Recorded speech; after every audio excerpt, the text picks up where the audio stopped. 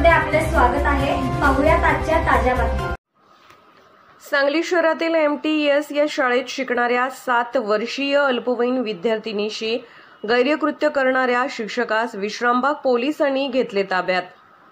सांगली शहरातील MTES या शाळेत शिकणाऱ्या 7 वर्षीय अल्पवयीन विद्यार्थिनीशी गैरकृत्य करणाऱ्या शिक्षकास विश्रामबाग पोलिसांनी ताब्यात घेतले असून त्याच्यावर कारवाई करण्याचे काम चालू आहे।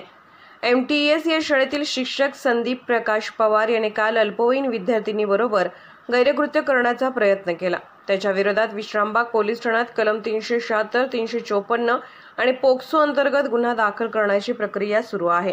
अधिक तपास विश्रामबाग पोलीस करत आहेत। बातम्या पाहण्यासाठी आपले चॅनल लाईक आणि सबस्क्राइब करा व बेल आयकॉन दाबायला विसरू नका।